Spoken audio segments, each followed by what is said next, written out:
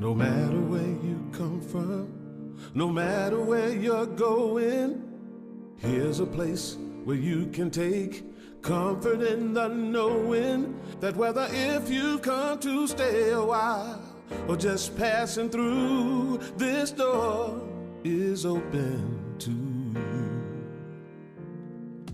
Come and let's be silent. Come and share a hug.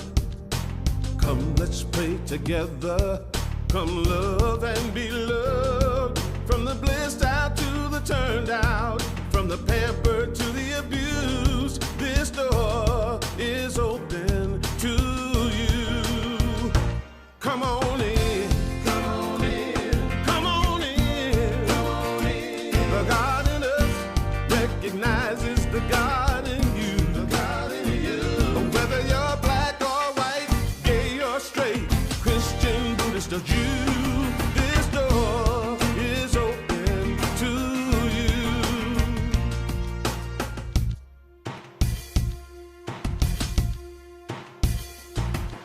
If there's some kind of trouble or pain you're going through, know that you are not alone and someone cares for you. As an individualization of divine point of view, this door is open to you. This door is open. This door right here is open for you. This door is open to you. This door is open. I'm talking about this door. This door is open. I said this door is open to you. Come on in. Come on in. Come on in. Come on in. The God in us recognizes the God in you. The God in you. Whether you're black or white or Come on in. The God in us recognizes the God in you. And you that have come on in and are coming in this building, turn and give a wave to those that are joining with us virtually. You're actually going to meet some of these folks today. So I want to welcome each and every one of you. We always like to begin with a prayer. And so let us have an opening prayer. And then we'll talk about two elephants that are in the room. We turn our awareness within this morning and we give thanks. We give thanks for this day and the recognition that every day is a miracle of blessing and opportunity. Every day is a divine appointment that is filled with purpose because you are here.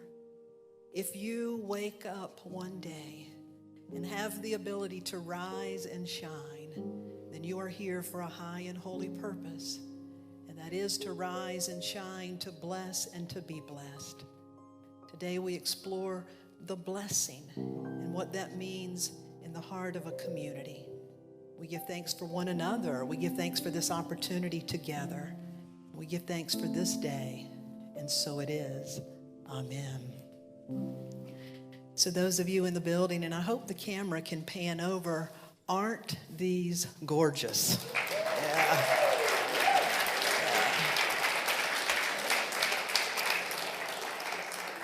These abstract, many different kinds of wood, colored wood that has been bent, very unique with pieces of stained glass, wings of a sort that call us up, and wings that also remind us we are far more than the inside of this building. This was inspired by Peter Gollop. Peter, I think I saw you walk in. Peter and Karen Eve, you chose to sit on the back row today, you sneaky. Peter, would you please stand? He is the creator of this magnificent.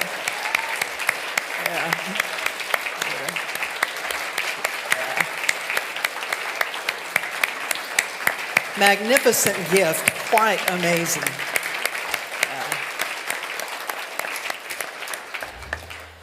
He came in about 9 months ago and met with a few members and he showed us this piece that he had created and this incredible vision. And it came to fruition this week. I also want to give a shout out to Joe Wegner. They were literally in here with a lift and got these things mounted this week. It's quite amazing. It's a gift that you're going to hear more about, but I wanted to acknowledge Peter today and his wife Karen Eve and the many ways that they are showing up. I also want to speak about this. I woke up this morning, and can you remember when you were 3 years old and you had a costume and your spirit said, I must wear it today? Well, this is not a costume. This is a clergy robe. But my spirit said, Darlene Michelle Strickland, you must wear it today. And I said, but, yeah, seriously.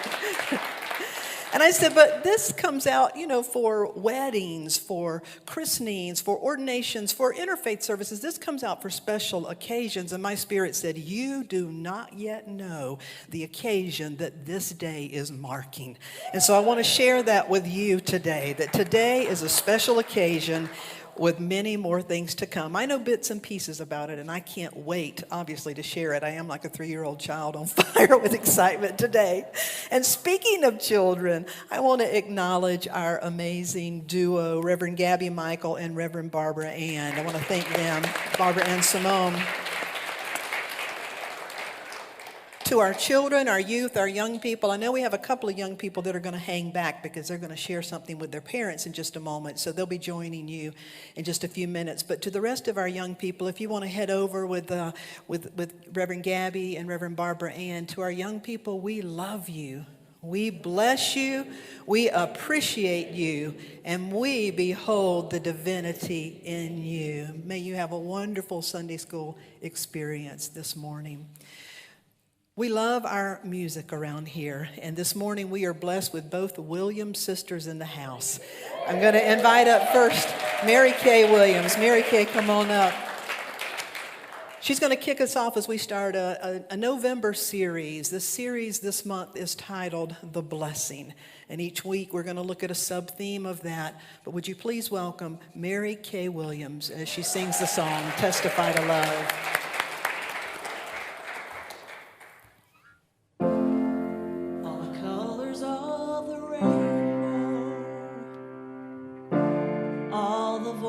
Of a wind, every dream that reaches out to find where love began. Every word in every story,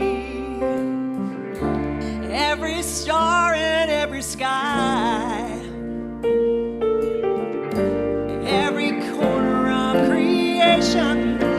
Lives to testify.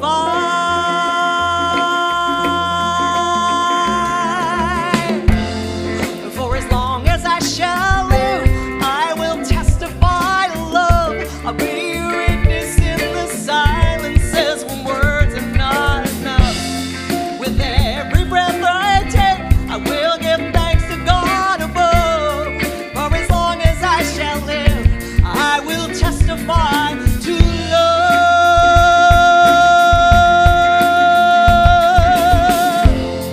From the mountains to the valleys, from the rivers to the seas, every hand that reaches out, every hand that reaches out to offer peace. Every single act of mercy, every step to kingdom come, all the hopes in every heart will seek what love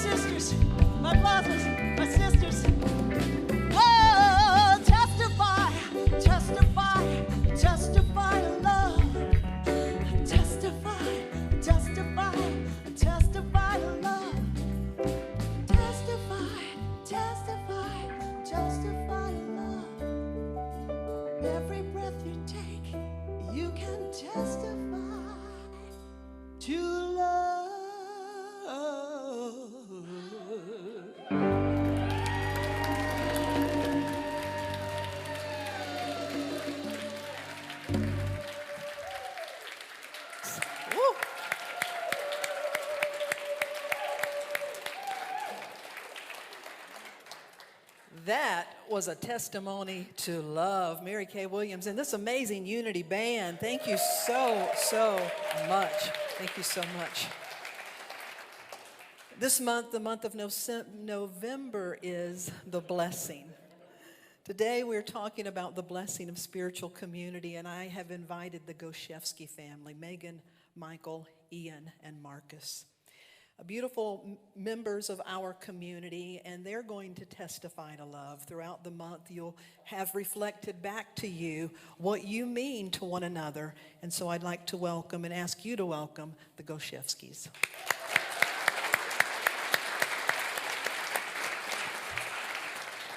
Thank you all. Asking us, or asking me personally, why I love coming to Unity is like asking me why I love my family. You know, there's just not enough words that could possibly encompass that. But to put it shortly, when I was looking for a spiritual community, I wanted a place that is accepting of all. I wanted a place where the spiritual leaders are not only inspired, but also inspiring, woke. I wanted a place that doesn't necessarily teach dogma, but yet draws from a variety of different spiritual traditions. I wanted a place where my children, my wife, myself, feel welcome. I wanted to know that my inconspicuous family will be accepted and loved. And I wanted a band that I feel when I leave here is ready to rock this place out, man. And I was ready to feel inspired. I wanted that. I prayed for that. I claimed that. And that's what I got. That's why I'm at Unity. Thank you.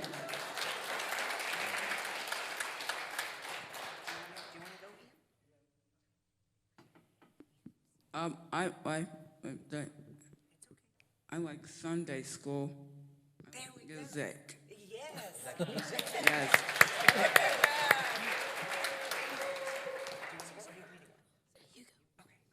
That's all right. This one's a little nervous. Oh wow, thank you, Reverend Michael. And that's it. I would reiterate that as well. I really would just love to say that this community makes me feel whole, and I love the spiritual family. I love being here. So much so, I love Reverend Darlene, and I love the staff, that I pushed myself forward to finish up a ministerial license that I started back in 2008 because of this community.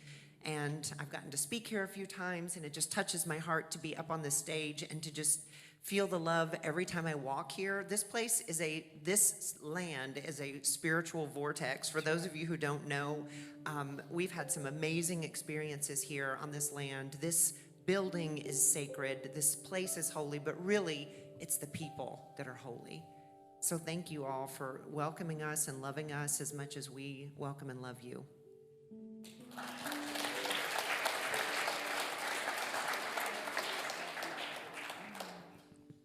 I like Unity because I can interact with the kind people, and sometimes I get to learn funny stories, but they also have value. And that's why I love Unity.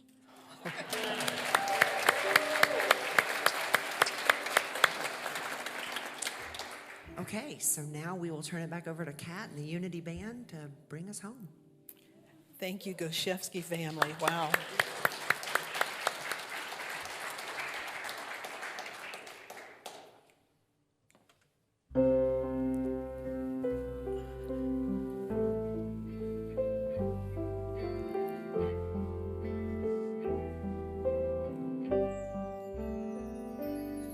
Now when I walk into this room and I look into your eyes, and I wonder when and why, and I look far beyond, the sweetest thing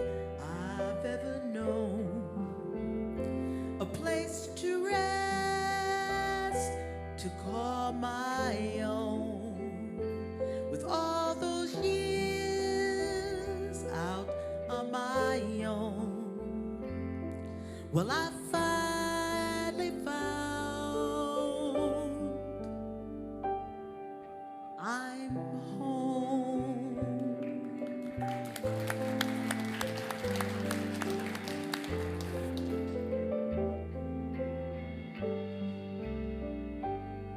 Now when you hold me in your arms with no malice and no harm, and all our hearts are one, there's no record to be won.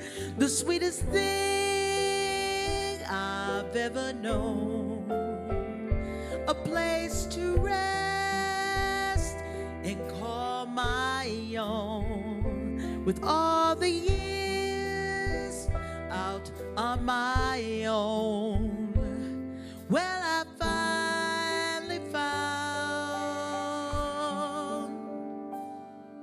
I'm home.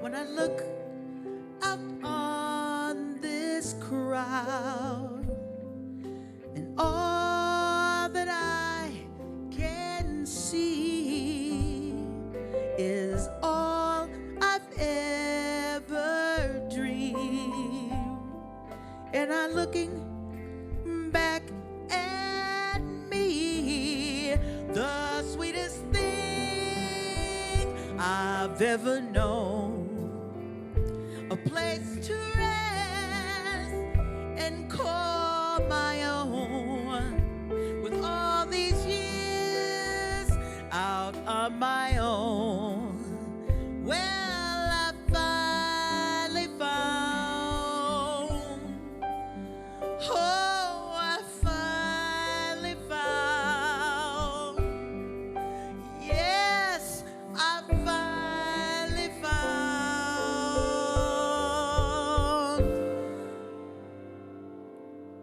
I'm home.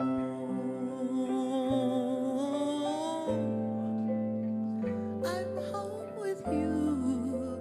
You're home with me.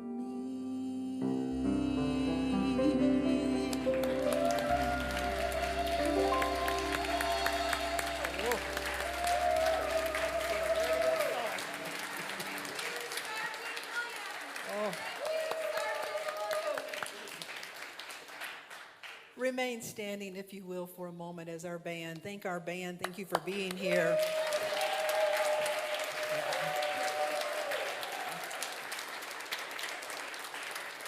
And turn and thank one another, because you are part of this spiritual home. Thank you.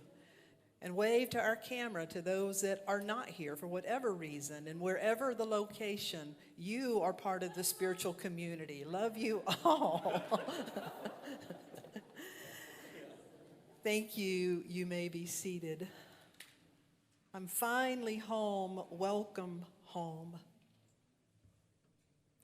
Welcome into a spiritual community that does not put fences around God or love or belonging or you.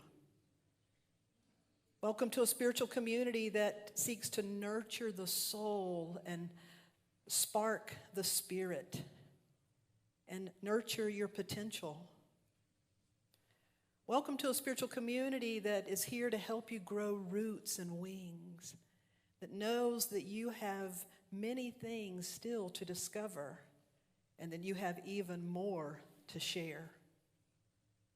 Welcome to a spiritual community that truly knows that every encounter is a holy encounter, that every face is the face of God, and that every day is an opportunity for us to show up to be the hands and the feet of God. How many of you want to be a part of that community, that know you are a part of community? I know you do. I feel it. As I said earlier, the month of November, our theme is the blessing. Each week is a sub-theme, and the theme today is the blessing, spiritual community. Now, there's no way in the world I could have created the convergence that brought all of these things together. Who would have known that these would have been complete around this time of year, to be mounted for this, to display the beauty, the diversity, the wings that remind us that we have roots and wings, and yet at this point in history, at this point in time, so much more than ever, this is a home base. And boy, aren't we blessed to have a home base in the Blue Ridge Mountains of North Carolina. This is a home base with as many people as we can cram into this building and on this property. And this is simply a home base and wings out around the globe for people that you're going to be meeting many of this month. Give yourself a hand for creating that and for being a part of that. And so have you really considered the blessing of spiritual community? That if you really think about it, what a gift and a precious privilege it is. Do you know there are many places in the world where you can't do this? It's such a gift and a true blessing. Have you thought about how you personally benefit and what you gain? Have you ever thought about, because I think about this, it's like, what would I miss if I weren't a part of this, if it was not possible? What would I miss? I think about that a lot. Have you considered what you give, what you contribute? Whether it's intentionally or unintentionally, your very presence adds value to this collective. That spiritual community is such a blessing. I believe Rabbi and farmer Jonathan Omerman really summed it up nicely when he said, spiritual community inspires us and equips us. Spiritual community gives us a sense of meaning and direction and of life that is bigger than one's own. Spiritual community, it's hope and healing without therapy. That may be the best definition I've ever heard of spiritual community. Sometimes called the church. But spiritual community really speaks to my soul. The blessing of spiritual community. And, you know, it's really important to understand that we all need time alone by ourselves. It's important to self-reflect. It's important to work on yourself. But there's a reason that in Buddhism, the path of enlightenment contains 3 jewels. If you know the 3 jewels of enlightenment, they're called the Buddha, the Dharma, and the Sangha. The 3 jewels of enlightenment are the Buddha, the Dharma, which is the truth, and the Sangha, which is the community. The reason for that is because the work that we do on ourselves, really the rubber hits the road when we are in relationship. Amen? That if you could live in an ashram and be by yourself all the time, life might go a little bit easier.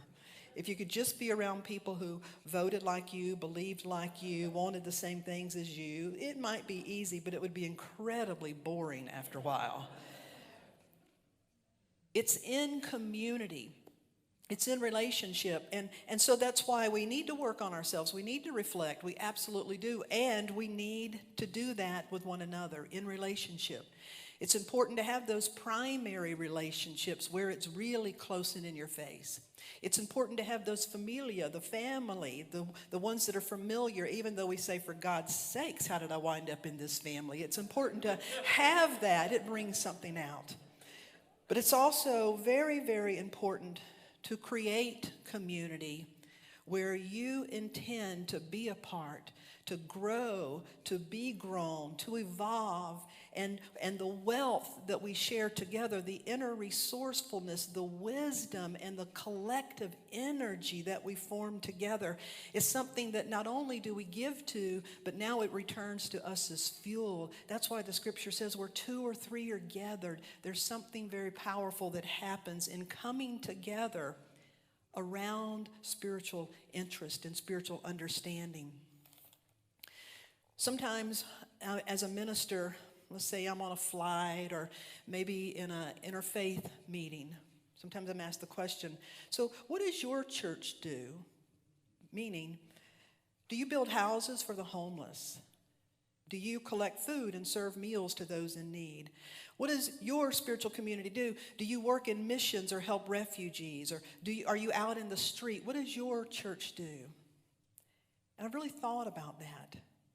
And today when people ask me, I'm so happy to tell them.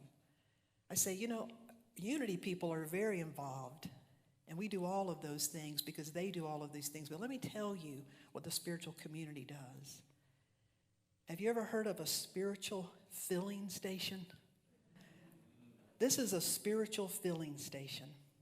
We inspire people to be inspiring people. This is a place where people come together that their spirits can be fed. Their souls are sparked. They remember what's most important. They re-anchor and re-ground in truth and compassion and love, and they're supported in that. So that we can then go out into the world and do what is important in whatever is ours to do. But to be a spiritual filling station is the most important thing spiritual communities do. But I don't stop there. I say in Unity of the Blue Ridge is not just any spiritual filling station. Have you seen the movie The Green Book? We are a Route 66 filling station like we're available in the Jim Crow era. We are a place that is a haven of safety for all who choose to come. We are a place in where everybody, there are no fences around love. There are no boundaries that say you can have communion, but you're not worthy. We are a Route 66 filling station that offers love and spiritual food for any and everyone who will come. That is a powerful, powerful gift. Because what we know and what we believe above all is, like Dr. Martin Luther King Jr. said, the way to peace is peace. The way to the benevolent community is to be a benevolent community. And so we are all about economic justice and social reform, and we are all about addressing the isms and all of those things that are divisive. We're all about social and political and economic things that serve the greater good. But we realize that before we can address any of these things, we first have to make sure we do it with a transformed mind and a transformed heart. That this is a spiritual filling station where we come to fill up our hearts and our souls and remember so that we can go out and be instruments of peace and light and love. And that we're not all trying to go build houses. God knows that is not my gift. We're not all trying to go march in the streets. Some of you would rather go spend a night in prison. We're not all trying to reform certain things, but you're doing what's yours to do from a place of my cup is full, my soul is full. Can you see the value of that? And then we pick certain things together that we do because there's great value in that. But what I want us to really see, and I believe what this is about for me, is for me to remember, is there anything any more important than we can do for one another than to create this sacred space together? Our world needs spiritual filling stations that will really help people refuel and heal and mend. And so today I have created an altar of sorts. It came to my awareness that there's 5 very important things that we do as a spiritual community, that 5 very important attributes that are born out of naturally of being spiritual community. I want to begin with the first, And the first is bread. Did anybody smell bread baking when you came in this morning? Did you think you did? I actually baked these yeast rolls here this morning. And this is a sanitary cloth, just like my mom and grandma do. That's how they keep them warm. And Reverend Christie is going to have some serving gloves. And so after the service, I hope a few of you hungry souls who don't have any yeast intolerance will enjoy will enjoy some of that bread. You know who you are.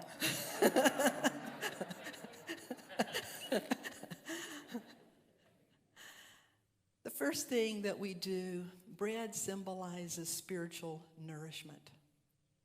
This week I was on an interfaith Zoom, and they started with an icebreaker, and I loved the question. They said, "What is the best meal you've ever had?" As soon as I heard the question, my mind went to Italy. Oh, the food. But then my mind went to my grandmother's, her biscuits. And then my mind went here and there. And then that little voice said, let the questions bring out what it wants to bring out.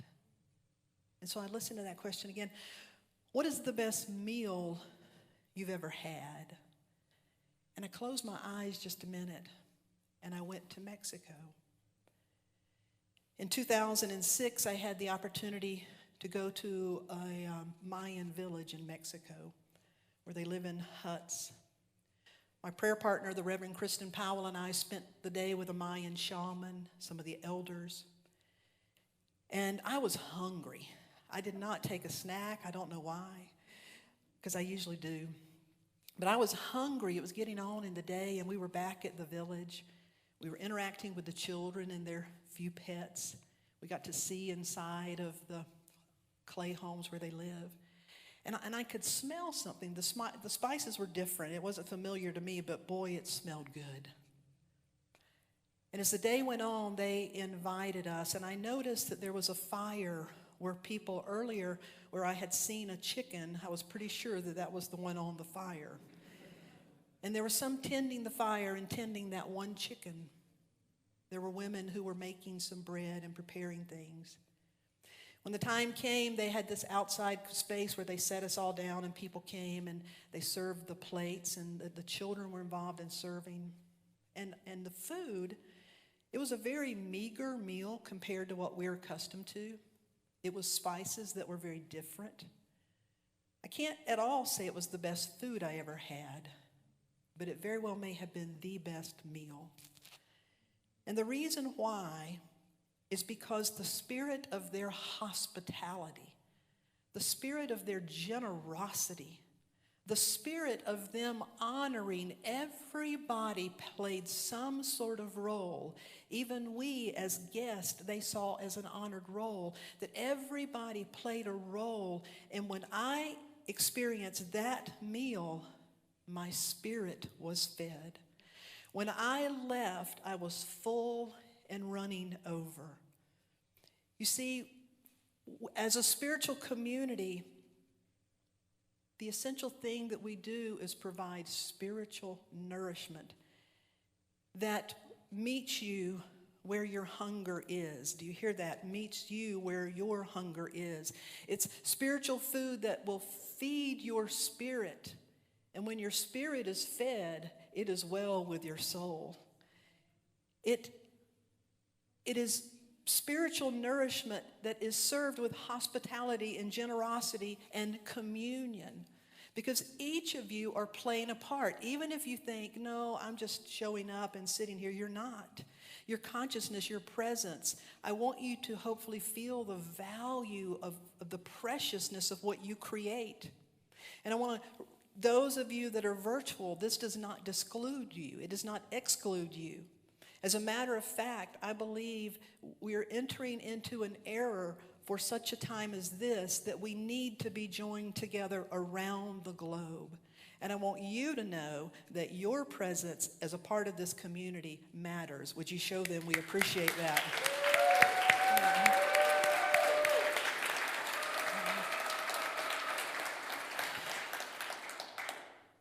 The heart of spiritual community is spiritual food.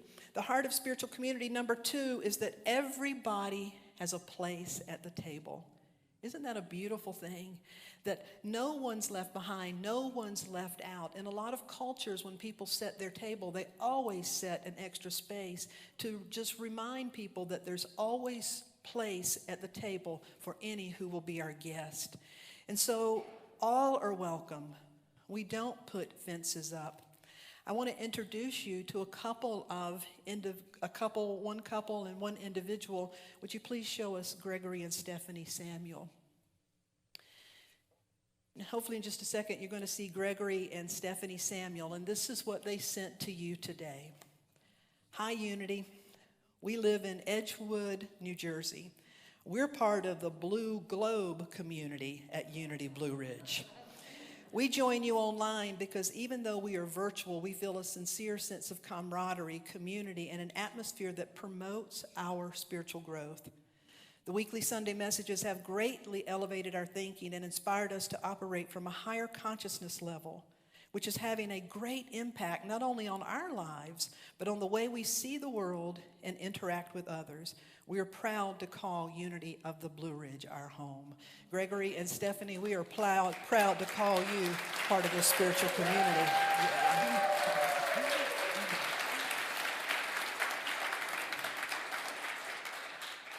Richard, would you give me that song?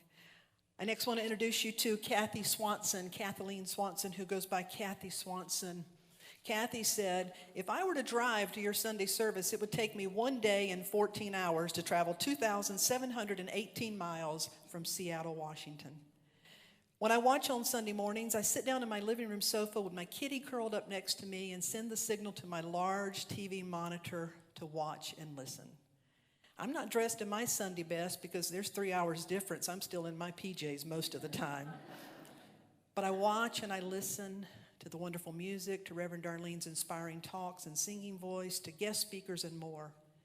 If I miss a live Sunday, I always go to the website and watch any one of the video recorded services. I donate online. I join classes remotely. I pursue a host of resources, and I join celebrations remotely. I also meet new people and relate to their stories and more. Keep it up, and I'll keep tuning in on Sundays. Love and prayers, Kathy Swanson.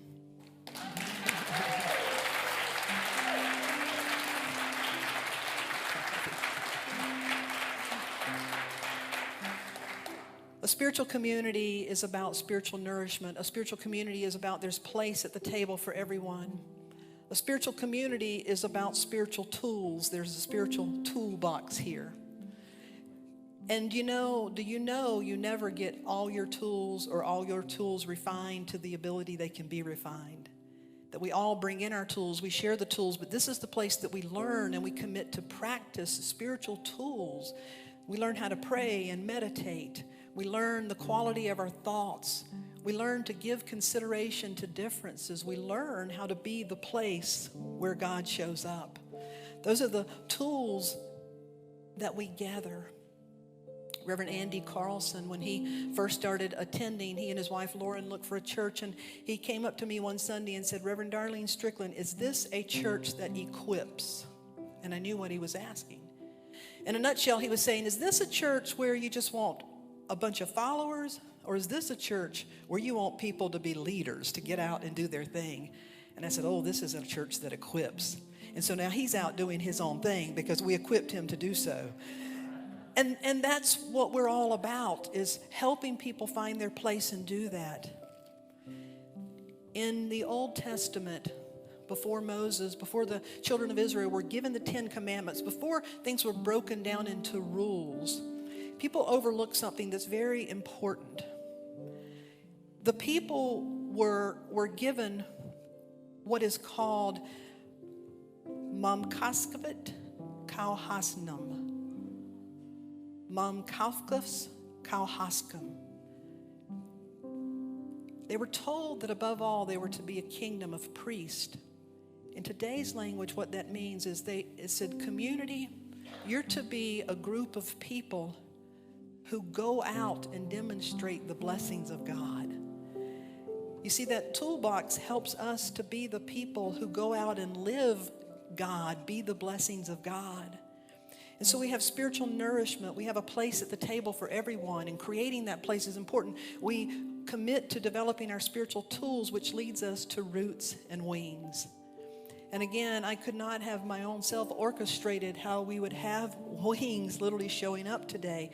And you're going to hear some stories next Sunday. You've heard about Kat, one of our members, and you know that she needed a kidney and got a kidney transplant.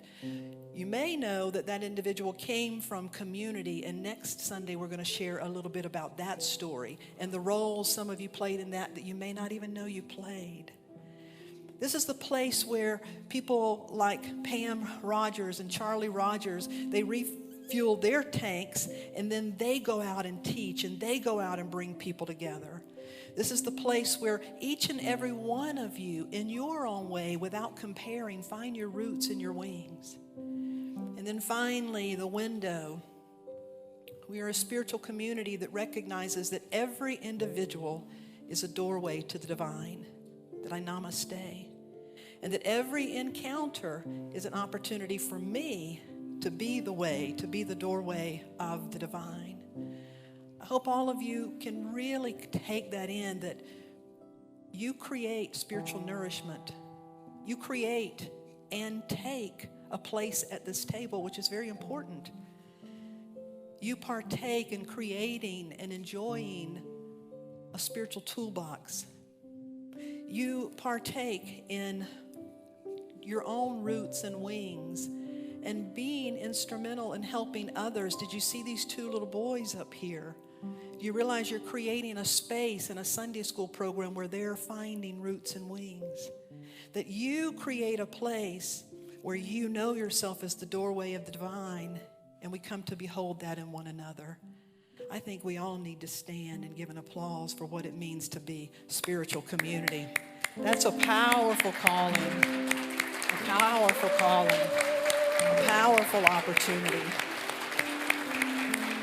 Spiritual community.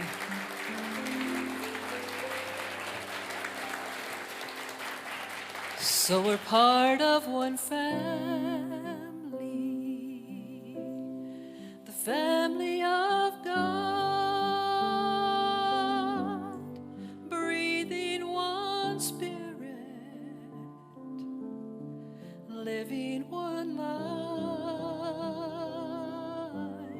We're in this together, and we're finding our way.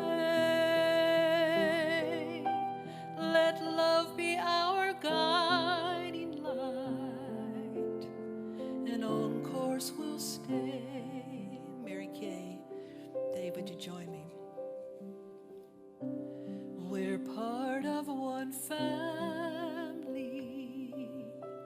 It's the family of God, breathing one spirit, living one life. We're in this together, finding our way. Let love be our guiding light, and on course we'll stay. I invite you to close your eyes. It is so true that you are one family.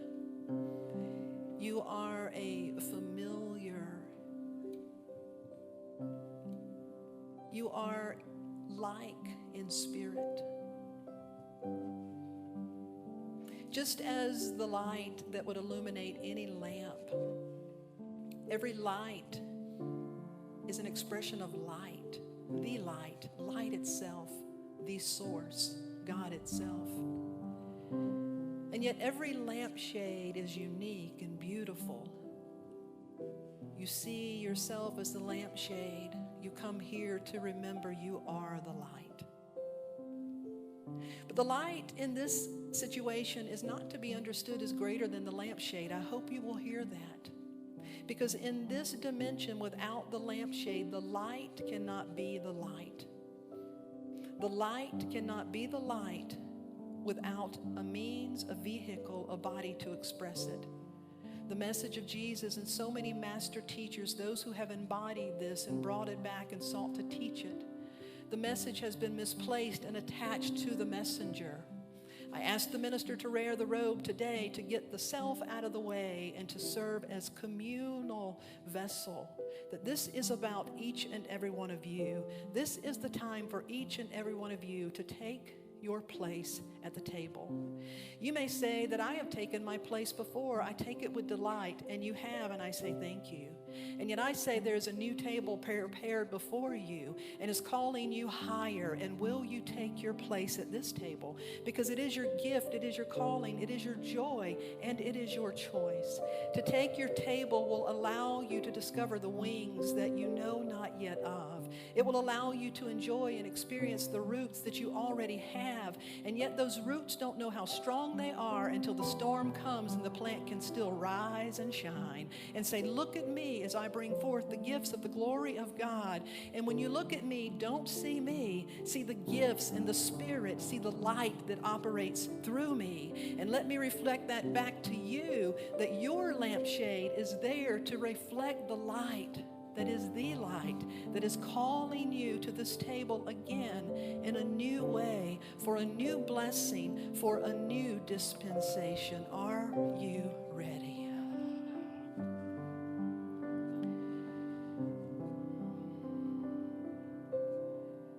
So we let that soak in.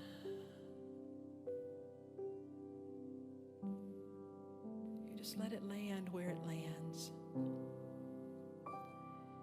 And in this place, to offer your prayer, to signal your receptivity wherever you are in your life and whatever that looks like for you.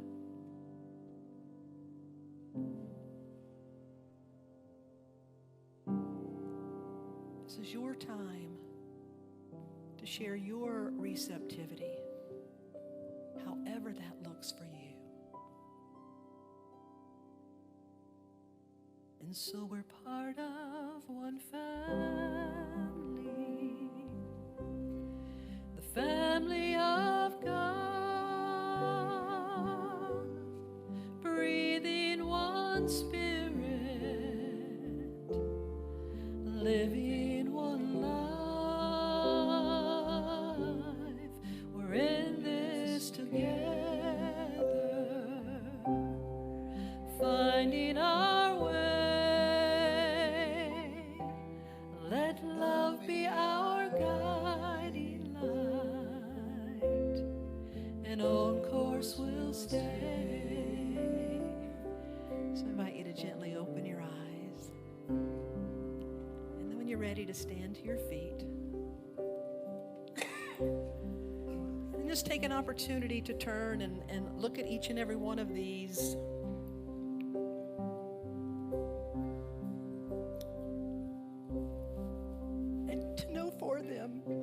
You're meant to be here. I know that for you. You're meant to be here. You see, these little boys brought me to tears easy. Anybody else? Now you're bringing me to tears because I know you're meant to be here. Can you look at one another with that love? I know you're meant to be here. And I know I'm bound to have a tissue somewhere. There's got to be a tissue in this building.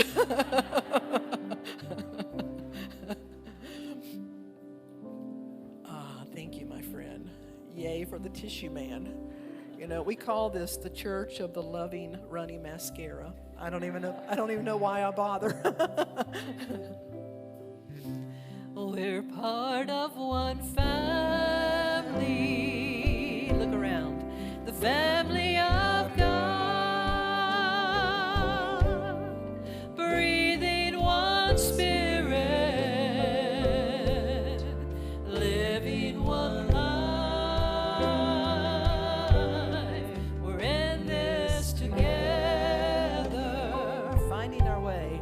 Finding our way, let love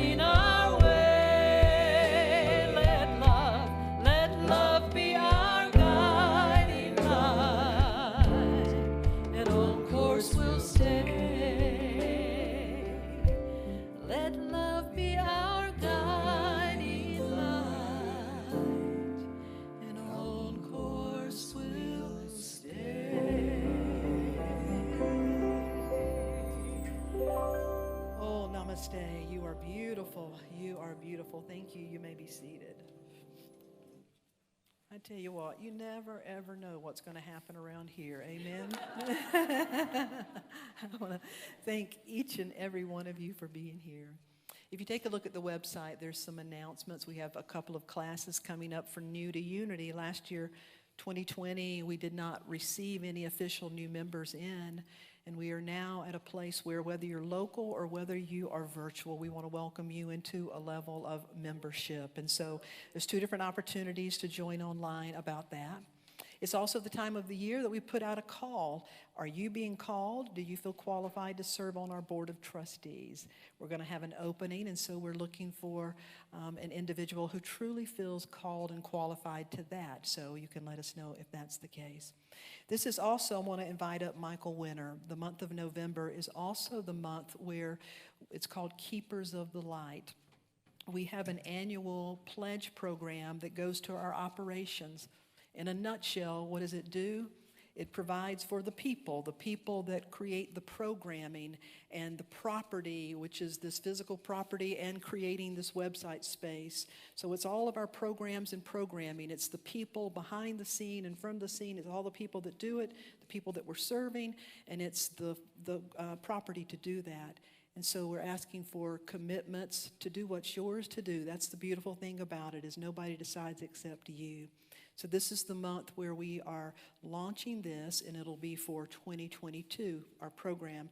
And I'd like to acknowledge Michael Winter and then Jessica Ayala. Would you stand in the back? These are the two co-chairs of the team. You'll be hearing from Jessica the third Sunday in this month, a little bit more. But would you welcome Michael Winter, as he's got a little bit to share with you today. Good morning. What a special day. There are so many things I love about everyone here, this community, this church. Being asked to come up here and speak today, Hold your mic up. Following this service is not at the top of the list. There would have been easier times to do this, but wow, what a Sunday. Last year we started 2 campaigns at once, and we were able to renovate and fix things in this church that needed to be repaired, make it beautiful. It's now even more beautiful than it was the last time I was here.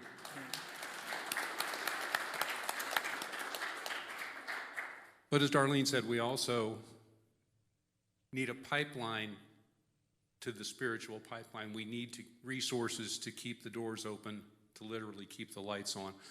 And so this is the month we ask people to make a pledge. It is not a mortgage, it's not a requirement, it's just a pledge so that we know what we can count on for next year. There's a table out front. There is a brochure there that explains it. It's also online. There's also a form to fill out, not an application, but a form to send in. For those of you who are comfortable, that's also available online. I want to recognize other members of the committee.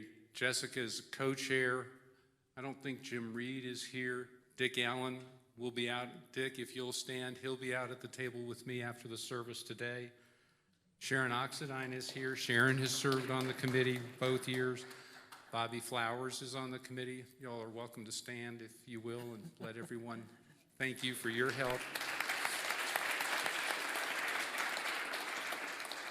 The reason it's so easy to do all of this online is because of the hard work behind the scenes that Donna Bricky has done. She's not here today, but the online capability is there for all of us here and for those of you watching online. And then we're certainly led by our financial guru, Judy McCown, who's also not here today, and Rev Darlene. So if you have any questions, there'll be someone at the table out front before and after every service this month, and we'll keep the pipeline full that feeds this spiritual pipeline. Thank you, Michael.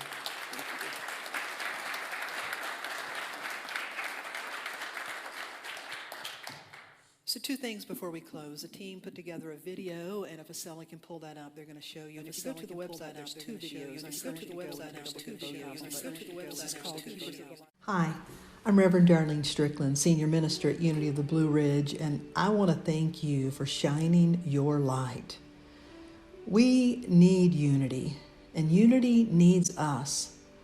I say that because unity addresses the root of every issue and ism that creates harm and divisiveness in our world. Whatever the issue is, the core issue is spirituality.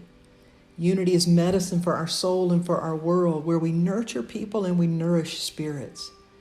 Because in our world, in our lives, we need people who are spiritually awake and compassionately motivated and courageously involved. And that's why I say we need unity, and unity needs us. We are a self-supporting spiritual community. That means that we fund it through our donations. We call individuals who offer their financial support to Unity keepers of the light. And this is the time of the year where we're asking individuals to consider making a pledge. Pledges and donations of any and every size make a difference. And so it's time we're asking, will you make a pledge? Can we count you in for your financial support for 2022? If so, if you'll go to our website, all of the information that you need is there. We also have forms at church, or you can give us a call, whatever's most convenient for you. Most importantly, I want to thank you again for shining your light. Because as we shine our light, and what we do at Unity essentially is that we inspire people to be inspiring people. We are the medicine our world needs today. And so thank you for your presence, and thank you for your support. Namaste.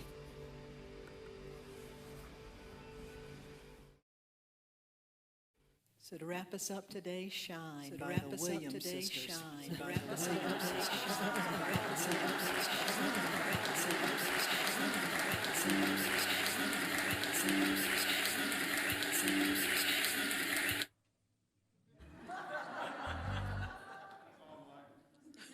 Thought they put in a waterfall.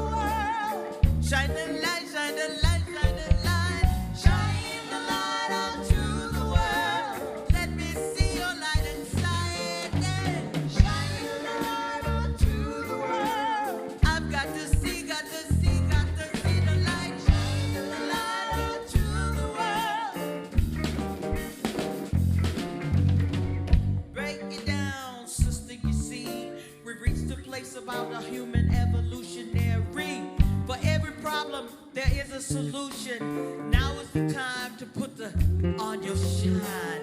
When God is in the midst of tragedy, by living in the hands of heart and of humanity, answer the call and love will set you free. Now is the time to put on your shine. Shine the light unto the world.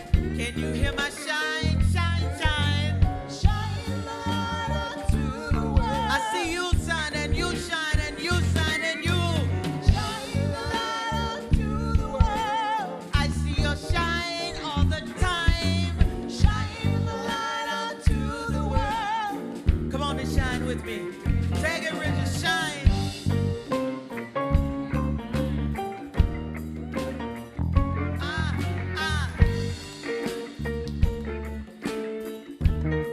Let it shine, let it shine.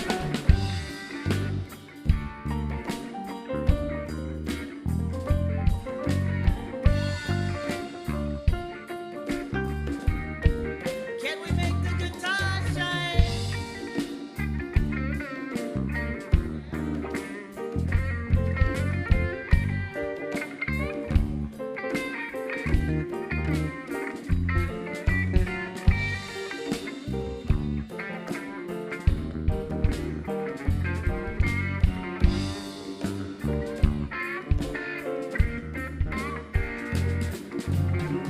Shine the light unto the world.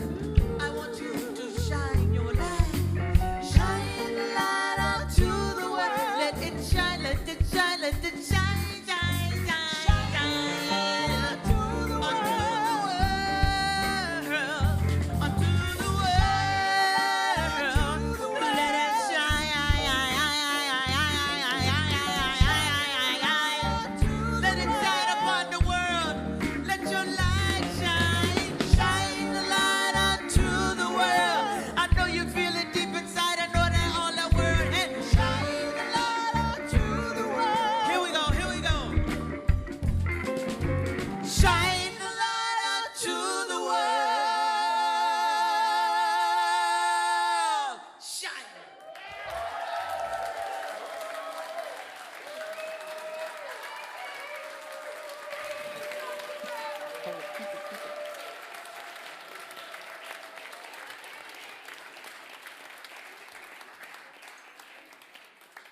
If you were expecting a contemplative service, I apologize. Reverend Christy Corna, would you please come up with your sanitary gloves and grab that bread? Because I believe we're going to have a few people who would like to partake of this bread that has surely been blessed. And so we're going to wrap up this time by saying together the prayer that says, the light of God surrounds us. The love of God enfolds us. The power of God protects us. And the presence of God watches over us wherever we are. For God is, and all is well. May you be blessed because you are a blessing. Thank you so much. They're going to sing us out. Shine the light. All who will, come for bread.